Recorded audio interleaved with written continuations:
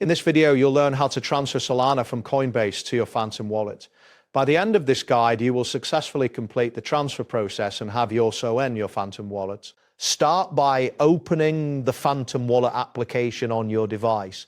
Once the app is open, look for the Receive button, usually located at the bottom of the screen. Click on Receive to proceed. After selecting Receive, you will see a list of cryptocurrencies supported by Phantom. Click on Solana to display your SOL wallet address.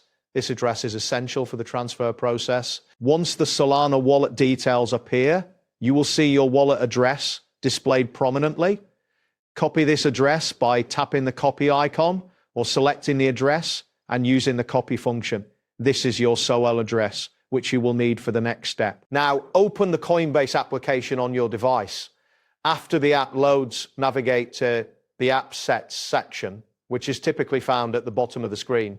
Click on Assets to view your cryptocurrency holdings. In the Assets section, scroll through the list and select Solana or search for it if necessary. Once you have selected Solana, look for the Send button and tap on it to initiate the transfer. You will be prompted to enter the recipient's wallet address. Here, paste the Phantom wallet address you copied earlier. After pasting the address, proceed to enter the amount of Solana you wish to transfer. After entering the amount, review the transaction details carefully.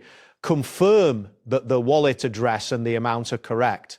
Once you have verified everything, look for a Confirm button and click it to finalize the transaction. The transfer process will begin, and typically it takes about 1 to 3 minutes for the Solana to be transferred from Coinbase to your Phantom wallet.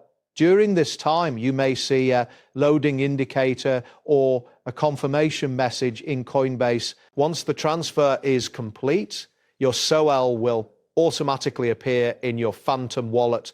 You can verify this by returning to the Phantom app and checking your Solana balance. That wraps up today's guide. Thanks for watching, and catch you in the next tutorial.